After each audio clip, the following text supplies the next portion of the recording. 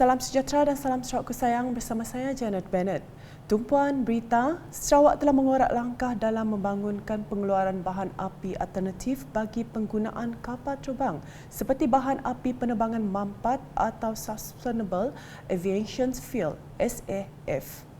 Premier Sarawak Datuk Patinggi Tan Sri Dr. Abang Abdul Rahman Zahari Tun Datuk Abang Openg memberitahu SAF mampu menjadi kunci kepada aktiviti penerbangan yang mampat dalam usaha beralih ke penggunaan bahan api rendah karbo serta menyah karbo industri penerbangan.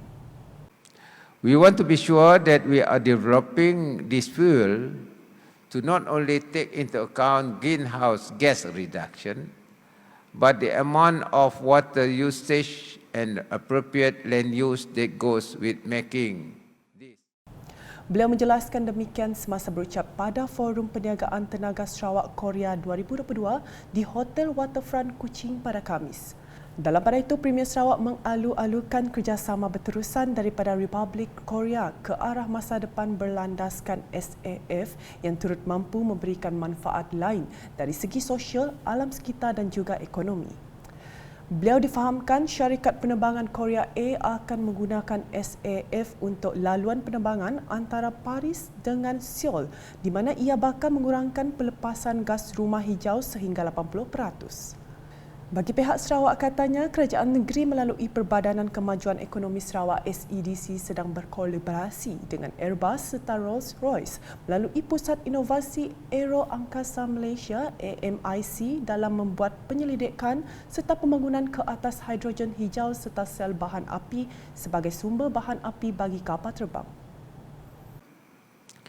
This SAF collaboration is a venture into developing biofuels for aviation, in which the aviation industry has net zero carbon emission goals. Biodiesel and e-methanol could be another avenue contributing to the aviation and marine industry as low carbon fuels. Sementara itu, Forum Perniagaan Tenaga Sarawak Korea 2022 diadakan untuk mengumpul semua pihak berkepentingan dalam bidang tenaga di samping meneroka potensi kerjasama antara Sarawak dengan Republik Korea dalam sektor tenaga, khususnya tenaga boleh diperbaharui dan hidrogen. Lebih 100 delegasi dari Korea dan juga Sarawak melibatkan komuniti awam dan perniagaan menyertai forum berkenaan bagi meneroka serta mewujudkan kerjasama strategik antara Sarawak dan negara tersebut. Turut diadakan majlis menandatangani kontrak projek Semadang Grid Micro di antara Sarawak Energy Berhad SEB dan Konsortium Korea sambil disaksikan Datuk Patinggi Tan Sri Abang Zahari serta Duta Besar Republik Korea ke Malaysia, Tuan Yang Terutama Lee Chi Byom. Majlis menandatangani kontrak itu melibatkan Sarawak Energy Berhad, Nuriflex Co Ltd dan KH Xinhua SNC Co Ltd. Turut hadir Timbalan Premier Sarawak Datuk Seri Profesor Dr. Sim Kui Hian, Duta Khas Perdana Menteri ke Asia Timur, Jepun, Republik Korea dan Taiwan, Datuk Seri Richard Riyot Jaim, Timbalan Menteri Tenaga dan Kelestarian Alam Sekitar Sarawak, Dr. Hazlan Abang Hipni dan pemangku Timbalan Setiausaha Kerajaan Sarawak, Perancangan Ekonomi dan Pembangunan, Datuk Dr. Muhammad Abdullah Zaidil. Terdahulu, Datuk Patinggi Tan Sri Abang Zahari telah menerima kunjungan hormat daripada Duta Besar Republik Korea ke Malaysia, Tuan Yang Terutama Lee Chi Byom di venue sama. Kunjungan hormat itu diadakan bersempena dengan penganjuran Forum Perniagaan Tenaga Sarawak Korea 2022. Turut hadir dalam kunjungan hormat tersebut Timbalan Premier Sarawak Datuk Seri Profesor Dr. Sim Kui Hian. Berita seterusnya, isteri kepada Premier Sarawak Puan Sri Dato' Ahmad Jumaani Tun Tuanku Bujang telah melakukan kunjungan hormat ke atas isteri Yang di-Pertuan Negeri Sabah, Toh Puan Dato' Sri Panglima Dr. Nurlidah Tan Sri Dato' RM Jasni di Istana Sri Kinabalu di Sabah pada Khamis. Ketibaan Puan Sri Dato' Ahmad Jumaani serta rombongan di Kota Kinabalu pada 8 Jun lepas telah disambut oleh isteri kepada Speaker Dewan Undangan Negeri Dun Sabah, Datin Norani Saleh, isteri kepada Menteri Pembangunan Luar Bandar Sabah, Datin Maliana Ugau, isteri kepada Setiausaha Kerajaan Negeri Sabah, Datin Seri Parlimen Datuk Dr. Nuinda alias Timbalan Setiausaha Kerajaan Negeri Sabah Pentadbiran Diana Abdullah serta pegawai-pegawai Kerajaan Negeri Sabah. Kunjungan hormat itu diadakan sebagai lawatan mesra di samping membincangkan perkembangan industri tekstil songket dan keringkam di Sarawak. Selain itu, ia juga membincangkan kepentingan memelihara dan memulihara warisan makanan dan tekstil agar warisan tradisi ini maju seiring dengan pembangunan yang inklusif dan menjangkau pencapaian bersifat komprehensif sejajar dengan perkembangan pesat ekonomi digital. Kunjungan hormat itu berlangsung selama 1 jam sebelum rombongan beredar ke Dewan Pereira, Istana Seri Kinabalu untuk jamuan tengah hari. Manakala pada malam Khamis, Puan Sri Dato' Amar Jumaani serta rombongan akan hadir ke majlis makan malam yang dianjurkan oleh Kerajaan Negeri Sabah di Sabah International Convention Centre. Berita seterusnya, kestabilan politik di Malaysia, terutama sekali di Sarawak, sangat penting supaya kerajaan dapat meneruskan agenda pembangunan yang dirancang. Timbalan Menteri Pembangunan Luar Bandar Malaysia, Datuk Hasbi Habibullah berkata, banyak perancangan telah dilaksanakan oleh Premier Sarawak, Datuk Patinggi Tan Sri Dr. Abang Abdul Rahman Zahri dan Datuk Abang Openg termasuk untuk menambah pendapatan negeri.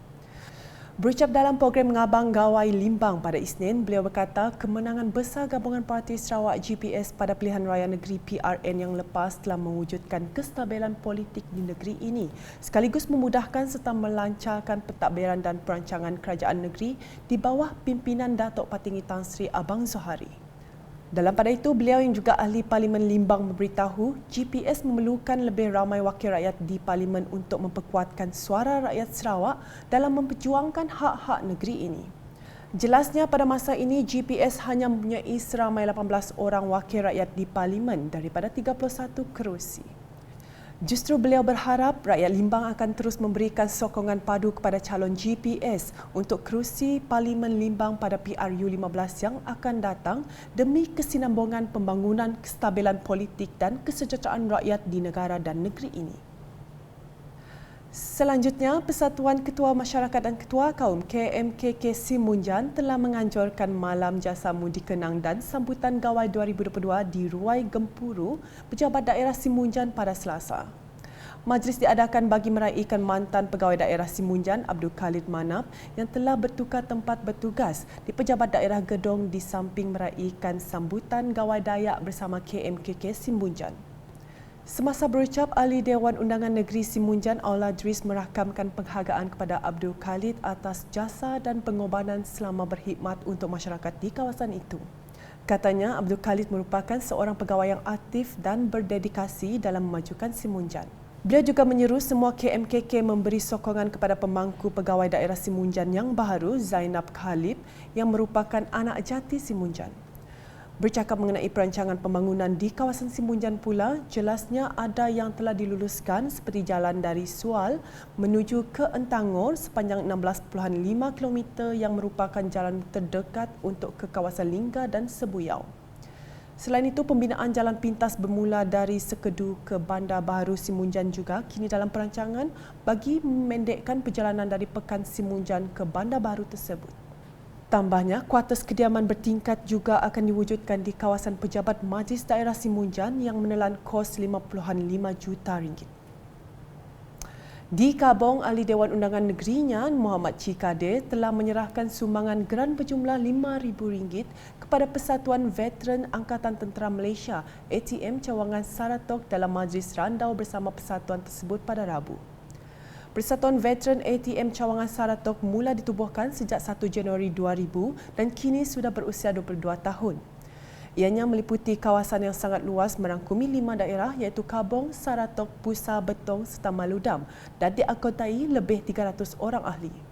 Antara aktiviti yang sering diadakan oleh ahli veteran ini ialah aktiviti kebajikan serta memberi khidmat masyarakat kepada yang memerlukan seperti pemberian inisiatif pendidikan pelajar cemerlang, bantuan untuk ke IPTA dan IPTS serta pelbagai program kemasyarakatan. Sekian edisi malam bersama saya, Janet Bennett. Berita lebih lanjut boleh didapati di semua platform media sosial UKAS, masuk warta ukas.sarawak.gov.my dan UKAS channel di YouTube. Salam UKAS.